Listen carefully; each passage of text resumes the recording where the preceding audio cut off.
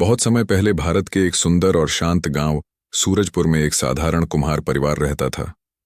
यह गांव मिट्टी की खुशबू से भरा हुआ था। चारों ओर खेत खलिहान, कच्चे रास्ते, तालाब और मिट्टी से बने छोटे छोटे घर। गांव के लोग सादगी और मेहनत से अपना जीवन बिताते थे।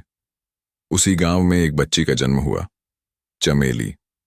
उसके माता पिता साधारण कुम्हार थे, पर उनके हाथों में ऐसा जादू था कि वे मिट्टी को भी जीवन दे देते थे। उनके बनाए घड़े, दीपक और मूर्तियां इतनी सुंदर होती कि दूर दूर के गांवों से लोग उन्हें खरीदने आते। चमेली बचपन से ही मिट्टी के खेल में रम जाती। जब उसकी उम्र के बच्चे गुड़ियों से खेलते, वह मिट्टी में हाथ डुबोकर छोटी छोटी मूर्तियां बनाती।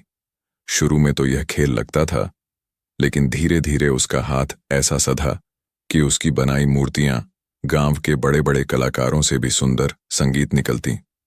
गांव वाले कहते, यह लड़की तो मिट्टी से बात करती है, इसके हाथों में देवी का संगीत आशीर्वाद है।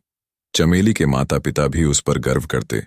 वे अक्सर कहते, हमने मिट्टी को आकार देना सिखाया, पर इसने मिट्टी संगीत को आत्मा दे दी। दिन बीतते गए और चमेली की कला पूरे इलाके संगीत में प्रसिद्ध हो गई। हर त्योहार पर गांव वाले उससे मूर्तियां बनवाते।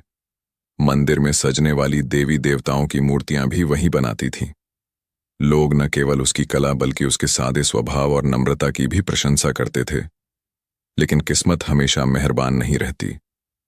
एक भयानक वर्षा ऋतु में बीमारी फैल गई और कुछ ही दिनों में चमेली के माता पिता दोनों ही इस संसार से चले गए। उस दिन गांव का आसमान भी जैसे रो पड़ा था। मिट्टी के छोटे से घर में चमेली अकेली रह गई। उसका सहारा, उसका संसार, सब कुछ बिखर गया। कई दिनों तक वह टूट चुकी थी। वह अपने ही बनाए दीपकों को देखकर रोती थी। उसे लगता था जैसे अब उसके हाथों से मिट्टी भी कुछ नहीं बनना चाहेगी। लेकिन धीरे धीरे उसने अपने आंसू पोंछे और अपने माता पिता के शब्द याद किए। मिट्टी